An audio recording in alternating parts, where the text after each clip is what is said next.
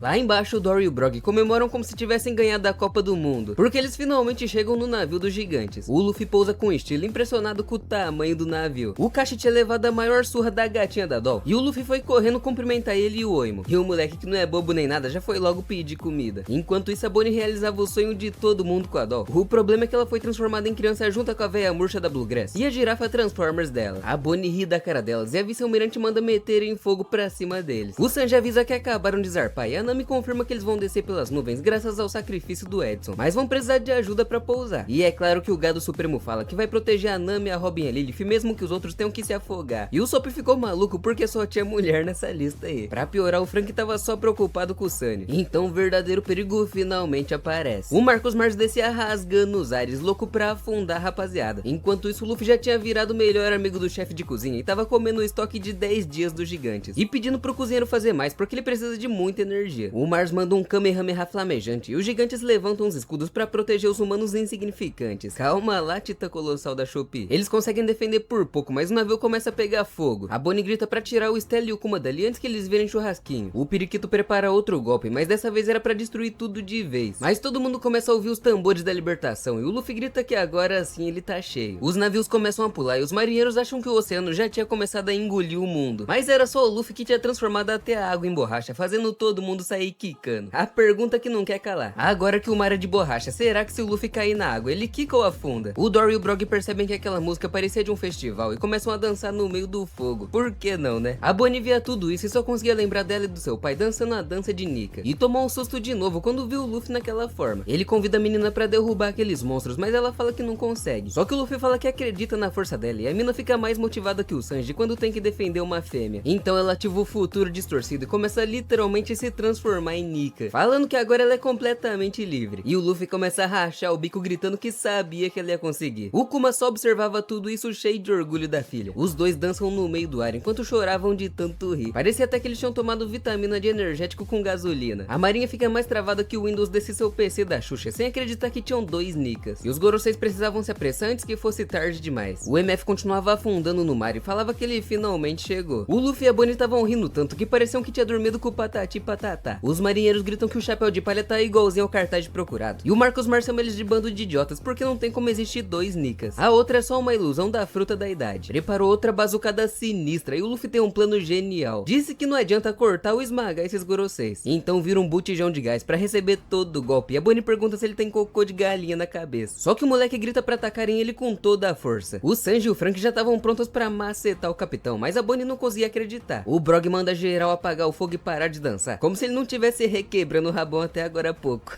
O Luffy grita pra eles irem logo porque tá doendo demais. E agarra as asas do Mars pra ele não conseguir se mexer. O Sanji explica pra Bonnie que as ordens do capitão são absolutas e mete um Infrit Jumble cabuloso. O Frank completa com uma potente de direita. Então a Bonnie prepara um soco de Nick, manda ele não se arrepender depois. Geral maceta as costas do Luffy e ele quase desmaia de tanta dor. A Bonnie não acreditou que ele tava se machucando de verdade, mas ele fala que é claro que sim, porque esses animais estavam usando o haki ao invés de só atacar pra ele pegar impulso. Os dois psicopatas mandam ela continuar atacando como se quisesse quebrar todos os ossos do Luffy. E o coração da Bonnie quase saiu pela boca. Mas agora era tarde demais pra desistir, né? E o macaco de borracha usa todo aquele impulso pra mandar o Gorosei ao infinito e além e conhecer os foguetões do Elon Musk lá em Marte. A Bonnie comemora como se tivesse ganhado na loteria. E finalmente era hora de fugir. O Luffy pergunta cadê o resto do bando e o Sanji diz que eles já deviam ter descido. Então a Atlas fala que alguma coisa pode ter acontecido e vai voando igual o Superman pra ver se tá tudo bem, porque a York tava monitorando eles e podia estar tramando alguma coisa. Depois disso, o Dendemushi, que tinha desmaiado dentro do MF, acorda de ressaca e a transmissão do Vegapunk volta a rodar. Só que ele tava falando de alguma vontade herdada e ninguém entendeu foi nada, porque a parte mais importante sobre os Di foi cortada. A Vivi tava quase esganando Morgans, que nunca lava a boca. A York fala que as ondas mentais só tinham sido cortadas temporariamente e pra parar de vez eles precisam destruir o transmissor. Mas como é que eles vão fazer isso agora se o Hakuna Matata jogou o robozão no fundo do mar e todos os Goroseis são usuários de Akuma no Mi? Lá no mar o Luffy olha pro céu assustado. Ele preferia que fosse igual no filme Tá Chovendo Hambúrguer, mas na verdade tava caindo destroços da ilha junto com os agentes da Cypher Pool e os Serafins. Parecia até a chuva de lixo de Gachakuta, tudo despencando do céu como se tivesse virado a ilha de ponta cabeça. O Luffy avisa os gigantes que o Gorosei cabeça de pica tava cuspindo todo mundo igual o Sepitaio do Ash. Depois disso o Minhocão começa a chupar todo mundo de novo, fazendo geral voar. Até o navio gigante tava sendo puxado e a coitada da Bonnie até perde as forças. Ela volta pra sua forma de criança e quase sai voando, mas o Sanji segura ela e descobre que ele tava paquerando uma Sub-13 até agora há pouco. O Luffy tava quase sendo sugado junto, então usou a própria força do Jupiter contra ele. Inflou o punho recheado de haki e macetou a cara do Minhocão com gosto. Os gigantes gritam de alegria e as vice-almirantes nem sabiam o que pensar de tanta coisa que tava acontecendo. E como se 2 já não fossem o suficiente, o Javali tarado volta disparando a milhão pra arrebentar o navio de Elbaf. Eles estavam completamente ferrados porque ninguém podia fazer nada. O Luffy tava muito longe, a Bonnie desmaiada e os gigantes tremendo igual vara verde. Até que o Luffy só escuta alguém gritando o nome de Joy Boy. Do nada os navios saem voando como se um Kraken tivesse saído do mar. E o gigante de ferro se levanta metendo uma porrada colossal bem no meio da fuça do Arcuri, com tanta força que até quebrou os chifres do javali. Então ele lembra do Joy Boy falando que quando a hora chegar ele deve agir. Todo mundo fica completamente em choque sem entender de onde saiu aquele Megazord. E o Luffy tava mais louco que o Coringa depois de fumar o carregador do celular e beber álcool em gel, porque tava finalmente vendo aquele robozão cabuloso em ação. 26 anos atrás, antes de Punk Hazard virar o quarto do Todoroki cheio de gelo e fogo, o professor Clover implorava pro Vegapunk pesquisar o século perdido com ele. O velho já manda ele parar de viajar porque agora ele trabalha pro governo mundial. E tocar nesse assunto é a mesma coisa que assinar uma sentença de morte. O cabeça de alface insiste e conta que o nome verdadeiro dele é Cloud Clover. O irmão mais velho dele foi assassinado bem na sua frente só por carregar uma letra no nome. Ele teve que mentir pra sobreviver e diz que aquele moleque era só um amigo. O Vegapunk vira as costas, diz que vai fingir que não ouviu nada e recusa. E então o tiozão fala que vai trazer a verdade pro mundo mesmo que custe a sua vida. 4 anos depois, o governo anuncia que o Hara ia ganhar um Buster Call de presente de Natal. E o maldito do Caesar tava doido pra presenciar esse show de horrores. E depois do chamado da destruição, nem os próprios cientistas do governo conseguiam acreditar que botaram um cartaz de procurado em uma garota de 8 anos. Meses depois, o Vegapunk vai até as ruínas de Ohara e chora pela morte dele. eles, falando que tem que ser muito tolo pra sacrificar a própria vida pela verdade do mundo. Que coisa, né? De volta pro presente, o Vegapunk conta que só os vencedores podem escrever a história e que a voz dos perdedores é apagada, enquanto a Robin desabava, lembrando de todo aquele inferno. Lá no navio, o Zoro tava ficando puto, gritando que eles precisam partir logo antes que o careca do Nojuro volte. Mas a Lilith explica que se o Gorosei interferir, o navio vai ser partido no meio em um piscar de olhos. Do nada, a Atlas chega voando e mete um socão bem no meio da fuça da Lilith. A rapaziada fica incrédula, perguntando se ela ficou louca pra atacar a própria irmã. Minha filha, não é por nada não, mas a York é aquela outra lá, tá? Lá na praia, os soldados do vice-almirante Round não sabiam se estavam acordados ou em um pesadelo, porque estavam vendo o Timão e Pumba, um Megazord, uma lombriga cabeça de pique e mais um monte de aberrações, tudo no mesmo lugar. O MF chama o Luffy de Joy Boy e fala que tá feliz por reencontrar ele, só que o Luffy olha pra trás procurando com quem que esse louco tá falando. O Robozão fala que vai lutar ao lado dele mais uma vez, porque os inimigos de Joy Boy são seus inimigos também. Os Gorosei estavam desesperados porque esse bendito robô não morria nem morto, e a transmissão do Vegapunk não parava de rodar. Os gigantes se preparam pra zarpar e o Brog pergunta se o grandão de metal tá do lado deles, só que o Luffy fala que não faz ideia, porque ele só fala que vai proteger um tal de Joy Boy. Mas os gigantes ficaram mais incrédulos ainda que o robô tava falando, já que eles não estavam ouvindo nada. O Vegapunk fala que seria burrice ouvir só um lado da história de uma guerra que aconteceu há 900 anos. O Júpiter se prepara pra dar uma investida monstruosa, enquanto o MF levantava o braço pra tirar. E os três patetas estavam completamente ansiosos pra ver essa luta no mesmo nível de King Kong versus Godzilla. O verme avança, mas o Hadouken do robozão falha porque tava enferrujado. Tomou só um mordidão que quase engoliu ele inteiro. E o Saturn grita pro Júpiter botar tudo pra dentro sem engasgar.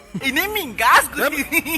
Usou o minhocão como ponte pra pular direto no navio dos gigantes. E tudo que ele queria era destruir a Bonnie e o Kuma. Lá no Sun eles perguntam por que Atlas fez isso com a Lilith, mas ela só torce o pescoço da irmã e pede pro Chapéu de Palha cuidarem dela, porque agora ela vai fazer de tudo pra garantir que eles saiam vivos. A York já comemora porque a Lilith acabou de ser desativada do Punk Records, então agora só tinha ela e a Atlas vivas dos Vegapunks. Mas essa idiota foi enganada igual um patinho, porque a Atlas só desligou o chip da Lilith temporariamente. A Nami manda o Zoro esconder a Lilith dentro do navio, porque o Nojuro tá vindo igual um tarado pra cima deles. O Zoro grita pro Brook soltar o peido galáctico e o esqueletão bota a mão na massa, ou melhor, bota a mão no osso. Na hora que o Nojuro ia cortar o navio no meio, a Atlas se joga na frente e perde um braço, mas conseguiu abrir caminho pro Sunny decolar. Todo mundo se segura pra não sair voando, mas se perguntam se eu mesmo consegui chegar na água antes de se espatifar no chão. O Nojuro pergunta se ela quer se sacrificar por aqueles insetos e fatia ela de vez, mas ela sorri mesmo estando só o bagaço, falando que deixou um presentinho de despedida pra esse careca safado. Se explodiu no meio do ar igual Deidara e os Mugiwaras não conseguiam acreditar, mas foi justamente essa explosão que deu mais impulso pro Sunny conseguir realmente chegar no mar. Já pode falar que a Atlas foi MVP de Egghead ou tá cedo demais? A rapaziada chorava horrores enquanto a cachorra da York comemorava que agora ela é a única Vegapunk do mundo, mas o Nojuro tava se regenerando igual o Perospero que sobreviveu depois do sacrifício do Pedro, e disse que eles ainda precisam silenciar o Stella que não cala a boca. O Vegapunk conta que o Gold Roger viajou o mundo inteiro e ouviu toda a verdade oculta, e os prisioneiros de Impel Down perguntam por que ele chamou o Roger de Goldie ao invés de Gold. O MF consegue se soltar, mas acabou perdendo um braço igual a York. Daqui a pouco aparece o Shanks e o Kid também pra fazer um time só de João sem braço. O Robozão fala que agora ele ficou todo lascado e vai ter que apelar, e então diz pro Joy Boy que vai finalmente usar aquele poder. No navio dos gigantes, o Saturn começa a atacar a Bonnie igual um covarde, mas o Dory e o Brog defendem a guria, e o Luffy grita pra não encostarem nas garras dele porque são venenosas. Mas como é que desvia dessa aberração dando 50 socos por segundo? O Luffy já tava preparando outro golpe, mas travou quando viu a Bonnie chorando, falando que vai matar o lixo do Saturn a qualquer custo. O velho tenta furar a menina, mas tomou só uma porrada do macaco de borracha pra ficar esperto. Isso sim é haki da observação de verdade, meu filho. Então a Bonnie aproveita pra se transformar de novo e fala que esse é um futuro onde ela é completamente livre. O Saturn se assusta vendo ela nessa forma pela primeira vez, e a menina grita que vai acabar com a raça desse lazarento. Aí o Luffy começa a incentivar ela, igual um treinador de UFC. Se eles ganharem, vai ter pizza no café da manhã e na janta por um mês. O Vegapunk fala que raças raras foram perseguidas e ainda são exterminadas até hoje por causa de verdades escondidas. Raças como os bucaneiros do Kuma e do Barba Branca, os lunarianos do King e até a tribo dos Três Olhos da Pudding. Todos os gigantes comemoram quando vê os dois guerreiros da libertação, mas o Saturn fala que essa é só uma cópia barata. O Luffy desvia de todos os golpes no ar e a Bonnie aproveita pra surfar nos tentáculos pra pegar impulso. Se transforma num gorila e mete uma marretada do Thor. Você quer marretada do Thor ou você quer o peitinho do galego? O corno tenta pegar ela desprevenida de novo, mas o Luffy tá com os reflexos em dia. Os gigantes se animam e partem pra ajudar os Nickas. A Bonnie pergunta como aquele verme ousa fazer tudo aquilo com o pai dela e explode de raiva. Grita que o sonho dela era simplesmente poder viver como uma família com seu pai e sua mãe. E já pensou muitas vezes que era melhor morrer do que ficar sozinha. Mas ela escolheu viver porque é isso que vai realmente trazer a felicidade dos seus pais, que fizeram literalmente de tudo pra que ela sobrevivesse a toda daquele inferno. Então a Bonnie chega rasgando os ares e prepara um soco final tenebroso. Mas tá faltando malhar uns tríceps aí, minha filha, olha a finura desses braços. O Saturn chama eles de insetos insolentes e usa os gigantes como trampolim. Mas quando chegou lá em cima, foi recebido com um soco da libertação de Nika. O Luffy ainda soca todos os tentáculos pra longe, deixando a defesa do Saturn completamente exposta. Aí o velho aproveita e dá uma cabeçada servida bem no meio do punho da Bonnie. Os dois descem o cacete no Saturn ao mesmo tempo, fazendo esse verme poluído se arrepender de ter nascido, despedaçando ele igual um quebra-cabeça e deixando ele com mais buracos que um queijo suíço. Mas pelo menos agora ele já pode mudar o nome dele pra São J. Garcia Peneira. E o Kuma sorri vendo que a filha dele finalmente se tornou livre de verdade. Todo mundo ficou surpreso com o Sunny voando quase batendo no sol. E o chapéu de palha lá dentro estavam se borrando todo com medo de se espatifar na água e morrer. O safado do Nujuro cavalgava milhão e o Zorão já tava pronto pra cortar. O Vegapunk fala que talvez o Roger realmente tenha planejado tudo isso. E o rei dos piratas deu aquele famoso discurso que todo mundo conhece: riquezas, fama e poder. Se quiser tudo isso é só deixar eu te comer. Em Hatinusso, os piratas ficaram animadões com o velho falando sobre o One Piece. No navio dos piratas do Ruivo, até o Shanks tava enchendo a cara sem acreditar que o Vegapunk tava revelando tudo isso. Na base da Cross Guild, os capangas do Buggy comemoravam gritando que o capitão vai ser o primeiro a achar o One Piece. No QG da marinha, os soldados falavam que precisavam achar o tesouro antes dos piratas. Mas o Akainu pergunta pra esse bando de idiotas quem vai proteger os civis se eles ficarem brincando de caça ao tesouro. Como se esse lixo humano se importasse com quem é inocente ou não, né? E o Vegapunk termina falando que o poder do mundo vai estar nas mãos de quem conseguiu o One Piece. Aí o mundo inteiro já ficou preocupado, porque isso significa que os piratas vão praticamente dominar o mundo, implorando pra marinha fazer alguma coisa logo. Enquanto os piratas estavam quase explodindo de felicidade, porque além do Barba Branca, até o maior cientista do mundo confirmou que o One Piece é real. Na prisão de Impel Down tava o maior caos. Os guardas estavam suando frio mesmo armados até os dentes e com os prisioneiros atrás das grades. E eles não conseguiam parar essa transmissão nem dentro da prisão. O Kobe lembra de quando ele conheceu o Luffy, que disse que ia ser o rei dos piratas. E o iludido falou que vai fazer de tudo pra impedir que o sonho dele se torne realidade. Foi só aprender a dar um honest impact cabuloso daquele que o moleque já esqueceu que com o peteleco o Luffy acaba com a raça dele. Enquanto isso, as cadelinhas do Bug gritavam que estavam ansiosas pra ver o mundo que ele vai criar quando achar o One Piece. Mas o palhaço manda eles pararem de ser burros porque ele não quer nada disso. Na verdade, todos eles vão dominar o mundo juntos. Aí esses otários já ficam completamente apaixonados pelo capitão. Mas o Narigudo tremia na base com medo de ser fatiado pelo Crocodile a qualquer momento. No navio do Barba Negra, a Catarina Devon pergunta pro capitão o que fazer com o Caribou. E o Mindingo manda levar o Gosmenta até ele, porque se não superar suas expectativas, ele mesmo vai dar um fim nesse verme. Na transmissão do Vegapunk, o velho tava prestes a falar uma coisa muito importante sobre o Joy Boy, mas esse maldito Timão e Pumba mete outra chifrada que encerra a transmissão de vez. Finalmente, né? Porque já tava uns 10-0 pro robozão. O Dendemushi explode e desliga a transmissão no mundo inteiro. E o MF tinha um chifre enorme atravessado no peito. Os gigantes gritam desesperados e os Goroseis falam que finalmente conseguiram. Agora não podem deixar nenhum deles sair vivo dessa ilha. O esquisito do Saturn se regenera mesmo depois de ter sido desmontado igual um Lego. E o cabeça de bola de bilhar tava voltando pra fatiar geral. Mas a Nami grita pro Zoro fazer alguma coisa e ele já pula pra dar outra surra no Gorosei, que tava com metade da cabeça destruída, mas continuava se mexendo como se nada tivesse acontecido. O Luffy corre pra ver se o MF tá bem, e ele pede desculpas por tudo. Disse que é impossível que o Joy Boy esteja vivo, mas o Luffy parece tanto com ele que bateu uma saudade enorme. O Minhocão tava prestes a engolir o navio dos gigantes inteiro, e o MF pede desculpas por não conseguir tornar Joy Boy um rei. Perguntou qual era o nome daquele garoto de cabelo platinado, e ele grita que é Monkey D. Luffy, ele vai se tornar o rei dos piratas. Na hora que o robozão escuta o dia, ele já se anima de novo, e antes que fosse esmagado pela patada do Topman, apertou um botão que ficava na teta direita, puxou uma cordinha que ativou um hack do Conquistador completamente sinistro, que na mesma hora desmaiou os soldados da marinha. Agradeceu o Luffy por deixar ele ouvir aquela batida nostálgica de novo, e disse que não vai deixar ele morrer aqui. A segunda onda de hack veio, só que dessa vez 100 vezes mais forte. Era tão poderoso que nem os vice-almirantes conseguiram aguentar. A lazarenta da York não aguentou 2 segundos e também foi tirar um ronco, enquanto o Sanji e o Frank estavam só de boa, apreciando aquele hack monstruoso. Os Gorosei simplesmente foram feitos de mocinhas pelo hack armazenado do Joy Boy. Foram forçados a desfazer a transformação e voltaram pra fazer companhia pro periquito El Bigodon, que já tinha tomado uma surra. Voltaram pra Marejó e só o pó da rabiola. E até o grande Musamá ficou sem fôlego só de sentir o haki de Joy Boy. E se liga que junto dele ainda tem uma mulher que vai correndo perguntar se ele tá bem. E pra tá na mesma sala que o grande monarca, até ver no rosto dele, essa mina tem que ser no mínimo muito pica. O Sunny finalmente cai na água são e salvo. E a rapaziada chora aliviada que não viraram sardinha enlatada. A Nami respira e pergunta o que aconteceu com aquelas aberrações, mas nem o Luffy entendeu como foi que eles sumiram. Os gigantes perguntam como é que um haki faz as pessoas desaparecerem, e já acharam que os Goroseis tinham sido pulverizados. O gado supremo vai correndo perguntar se a Nami tava bem, mas quem realmente se lascou foram Edson e Atlas, que se sacrificaram por eles. O único que sobrou em Egghead era o Saturn, já que ele foi o único que realmente veio pra Egghead, mas tava tão tão acabado que mal conseguia ficar de pé. O robozão também tava prestes a dar tela azul de vez. Lembrou de quando ele teve sua última conversa com Joy Boy, que deixou um nó com seu haki mais forte selado dentro dele. Então o cabeça de lata devia usar só quando fosse a hora certa, porque ele vai continuar vivo por muito tempo ainda depois que o Joy Boy bater as botas. E esse haki certamente vai ser útil quando a vida dele tiver em risco ou tiver que proteger alguém em perigo. Desse jeito mesmo no passado, o Joy Boy vai conseguir ajudar ele. E o MF fica felizão, porque assim vai parecer que eles ainda estão juntos, mesmo depois que ele se for. Só que o Joy Boy manda ele não se animar muito não, porque ainda vai demorar muito pra ele morrer. Mas o robozão fala que nunca mais vai se sentir sozinho, e se despede de todos com um final glorioso, se tornando o último sacrifício pra que a rapaziada consiga fugir dessa ilha infernal em segurança. O QG da marinha tava tentando entrar em contato com os batalhões de Egghead, mas difícil era encontrar algum soldado que não tivesse caído. Os gigantes comemoravam a vitória e o Luffy tava animadão com aquele haki do conquistador monstruoso, falando que o robozão é brabo demais. O Dory fala que não sentiu hostilidade nenhuma nesse haki, e parecia até mais forte que o do Shanks, mirando só nos inimigos. No navio da marinha, a Mini Hancock mandava aqueles baianos acordarem pra vida, porque os Mugiwaras vão fugir, mas já tava mijando um Guaraná quando ouviu o Luffy gritando e agradecendo o MF por salvar todo mundo. E a rapaziada que não é boba aproveita que os marinheiros estão tudo dormindo pra meter o pé de Egghead. Agora eles vão finalmente partir pra Elbaf, a ilha dos gigantes. Mas do nada o Luffy esgota as energias de novo e cai no chão parecendo uma múmia. O Chopper se assusta com os gigantes e o Sop vai correndo agradecer os mestres por terem vindo, enquanto o Luffy realizava o sonho de 99% da população mundial de dormir no colo da gatinha da Nami. O Jinbe bota sebo nas canelas e acelera o navio seguindo os gigantes até Elbaf. Lá no balão do Morgans ele já tava botando todo mundo pra trabalhar, porque depois de tanta notícia eles já estavam prontos pra fazer uma farm de dinheiro. Mandou exagerarem em cada palavra pra fazer o mundo sentir o verdadeiro medo, pra geral ficar curioso e comprar a próxima edição do jornal assim que lançar. A Vivi fala que ele é um verme poluído porque ele devia estar dando esperança pras pessoas igual o Vegapunk. Então o Periquito manda ela parar de encher o saco se não quiser que ele revele a localização dela pro governo. Mas a Vivi chama o frangaçado de crianção e fala que só os burros como ele vão cair nessas mentiras. E o Apple tem que apagar o fogo dela, porque desse jeito eles vão ter que se esconder debaixo da ponte. Mas o Morgans não tava nem aí pra nada, porque se o mundo realmente vai afundar, ele vai ser o rei do mundo, já que ele mora no céu. Eu quero ver quando acabar a gasolina desse balão mequetrefe dele, se ele vai mergulhar pra encontrar um posto afundado. Mas já voltou a preparar as notícias da luta do Yonkou Barba Negra versus Trafalgar Law, do Yonkou Shanks versus Eustace Kid e Yonkou Monk de Luffy, levando a cabeça do Vegapunk pra casa. Em Egghead, o Sentomaru tava fugindo em um barquinho. O corno do Akainu pergunta se alguém tá na escuta, mas só tinha o Kizaru acordado. Ele atende e fala que tá todo mundo desmaiado. Aí o Bumbum Fervendo pergunta que merda tá acontecendo, e é bom que o São Saturno esteja bem. E fala que esse Borsalino deve tá fazendo um trabalho meia boca pra permitir que tudo isso aconteça. E ele não tá completamente errado, já que o Super Choque aí tava jogando pros dois times, quando ele levou comida pro Luffy recuperar as forças e bater de frente com o Saturn. Então será que ele pode ser considerado um traidor da marinha? Só que o Kizaru pergunta se o Akainu já matou algum amigo próximo. Lembrou de quando ele conheceu o Vegapunk, já chegou logo chamando ele de cearense cabeçudo. Acompanhou todo o crescimento de Egghead desde o começo, e junto do Sentomaru eles ajudaram a construir tudo. Mas algumas horas atrás ele tinha acabado de meter uma espada de luz bem no meio do peito do seu melhor amigo. O Vegapunk fala que destruir Egghead era a mesma coisa que retroceder a ciência em 100 anos, e implorou pra cancelarem o Buster Call. E o resultado foi a cidade que eles dedicaram tanto tempo pra construir completamente destruída. Então Kizaru grita mandando o vagabundo da Akainu levantar aquela bunda gorda da cadeira e ver com os próprios olhos ao invés de ficar duvidando dele. O Akainu treme na base e pede desculpas, mas agora já era tarde demais. No navio, Sanji conversava só com a carcaça do Vegapunk. Disse que não entendeu muito bem o que ele quis dizer aquela hora e queria saber se era esse o resultado que ele esperava. Então a gente vê um flashback de 2 semanas antes da ilha virar um inferno. O Shaka identificou um erro nas medições da usina e pareciam que tinham sido alteradas e estavam gastando muito mais energia. Isso só podia significar que alguém roubou uma parte da Mother Flame, e isso só podia ser obra de um dos Vegapunks. A primeira que o Kuro suspeitou foi a Lilith, já que só os 3 ali tinham um álibi forte, e podia ser qualquer um dos outros 4, mas a principal suspeita era mesmo a Lilith, coitada. Então eles precisavam descobrir o culpado a qualquer custo. E depois de muitas pesquisas, o Pitágoras descobre que foi a York, já que ela colocou memórias falsas no Punk Records. Logo a única que não precisa levantar o rabo pra nada além de comer, dormir e cagar. E os dois já pedem desculpas por duvidar da Lilith. E depois de descobrir um erro dela, foram encontrando mais um atrás do outro, e conseguiram recuperar uma chamada que ela excluiu e esqueceu de apagar da lixeira. Ela ligou pra Marejóis avisando que o Vegapunk tava pesquisando sobre o século vazio. E agora eles entenderam porque a Cypherpaw não parava de investigar eles. Uma semana depois, o reino de Luluzia tinha sido completamente evaporado, porque York usou a Sea Beast Weapons pra levar a Mother Flame pro governo. E o Vegapunk já começa a se culpar porque ele nunca devia ter isolado a ganância na mente humana, já que assim a única coisa que York pensava era em ser cada vez mais gananciosa. Mesmo já tendo tudo, ela sempre ia querer mais. Então mandou prepararem um navio de fuga, mas não pra eles, e sim pros trabalhadores de Egghead, que não tem nada a ver com essa bagunça. E eles vão ser perseguidos até os confins do inferno, então se for pra morrer, que seja lutando, porque Egghead tem recursos que Ohara não tinha 22 anos atrás, e desse jeito eles podem mostrar toda a verdade pro mundo todo. Pediu desculpas por envolver o Shaka e o Pitágoras nisso, mas os dois também são Vegapunk Vegapunks estavam pensando na mesma coisa. No outro dia, a safada da York foi ver o que o Stella tava fazendo. E o velho tava consertando o robozão, porque com a energia da Mother Flame ele poderia voltar a funcionar. E aquela mocreia não tinha nem vergonha na cara, falando que tá torcendo pra ele conseguir. No outro dia, os três mosqueteiros foram gravar aquela mensagem que ia ser transmitida pro mundo inteiro. Depois disso, eles esconderam um dendemushi de transmissão em um lugar onde ninguém imaginaria, que era dentro do MF.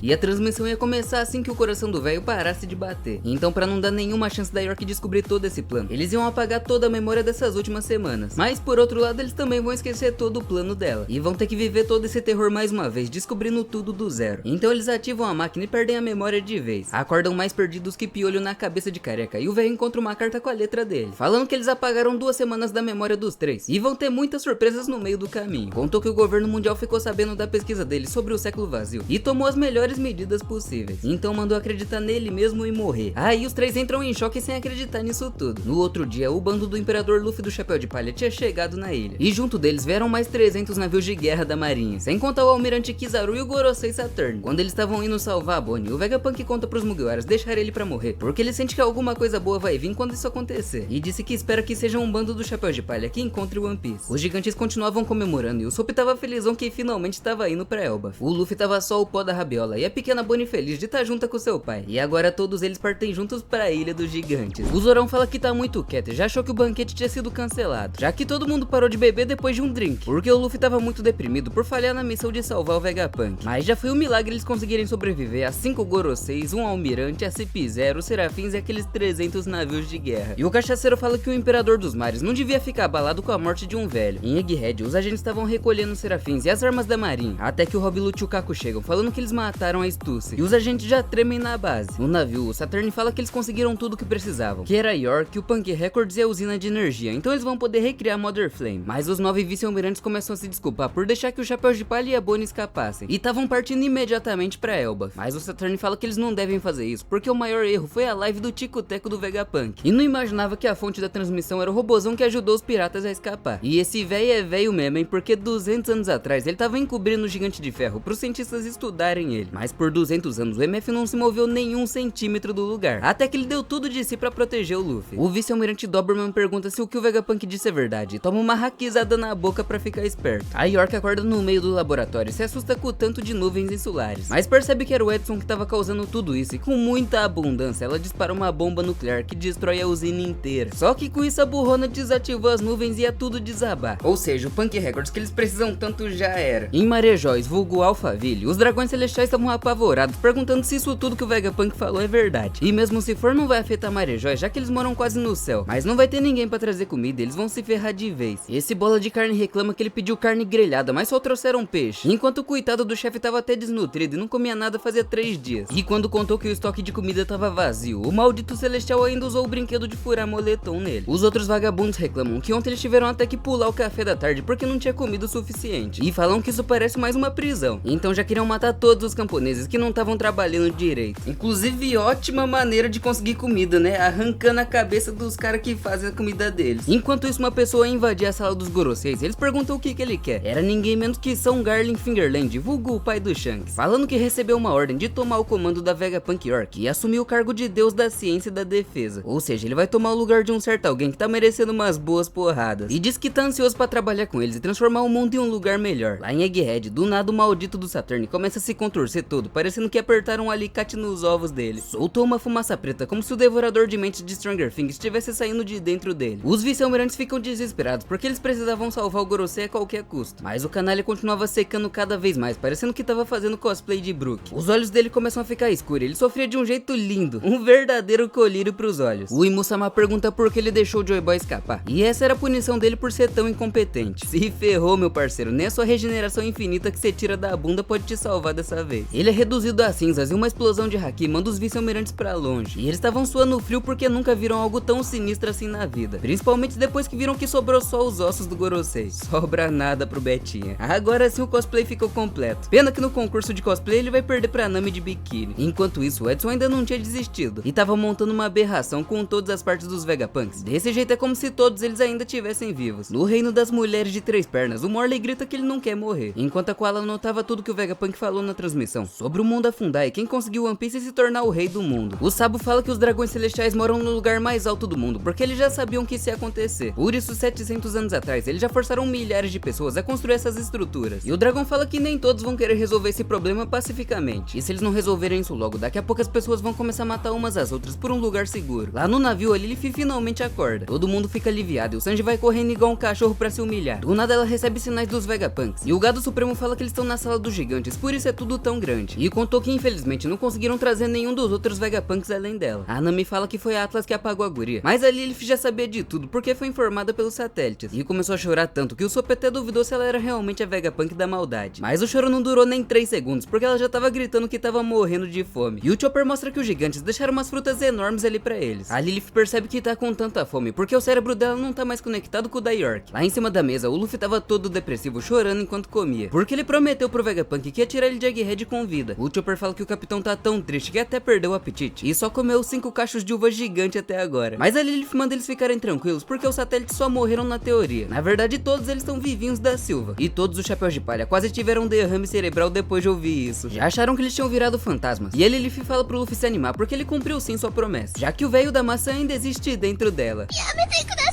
Então o macaco de borracha sai correndo todo desgovernado e até os gigantes se assustam. Foi lá agradecer os guerreiros de Elbaf e finalmente tava na hora do banquete. O Sop tava animadão de poder ver os gigantes celebrando e já foi chamar os Zoro e os outros pra encher a pança. A comida dos gigantes era literalmente gigante, parecia um paraíso pro Luffy e pra Bonnie. E quando chegarem em Elbaf vão ter pratos mais gostosos ainda. A Robin começa a esmagar o Chopper com um abraço de urso, porque quando eles chegarem em Elbaf ela vai finalmente poder ver o Saul de novo. Os gigantes discutiam pra saber quem vai encontrar One Piece e se tornar o rei dos piratas. E o Luffy já entra na conversa gritando que é lógico que vai ser ele. Pega o seu copo cheio de cachaça e dá um pulo, gritando que mesmo que até os gigantes virem seus inimigos, todos sabem que ele vai ser o rei dos piratas. E geral celebra porque eles finalmente saíram daquela ilha infernal e estavam indo direto pra Elbaf. A Bonnie tem uma lembrança de tudo que o pai dela passou mais uma vez e disse que sabe que ele é a pessoa mais gentil e mais legal do mundo. Lembrou da promessa que o Kuma fez de que na próxima vez eles iam viajar pelo mar juntos. E quando olhou pra cima, viu que o seu pai tava sorrindo por finalmente realizar esse sonho. Acabou a depressão. Todo mundo já tava recuperado e pronto pra enfrentar mais 20 Goroseis de uma vez. Mas eles mal sabem que uma coisa muito pior espera por eles em Elbaf, a ilha dos gigantes. Enquanto isso, um homem misterioso esperava por eles em Elbaf. Era ninguém menos que Gaban, o braço esquerdo do Gold Roger. Infelizmente esse foi o último episódio de One Piece do ano. Agora o anime vai entrar em ato mais uma vez e a gente vai ficar até abril sem episódio. Mas pode ficar tranquilo porque 2026 a gente ainda vai ter muito vídeo brabo aqui no canal. Além dos episódios de Wano e os filmes que eu sei que vocês gostam, logo em janeiro a gente já vai ter Frieren, Jujutsu Kaisen e muitos outros animes cabulosos. Então já se inscreve no canal se não for inscrito pra não perder essas pedradas que estão chegando. Muito obrigado a você que me acompanhou nessa jornada esse ano. E ano que vem tem muito mais. Eu vou ficando por aqui. Valeu e falou.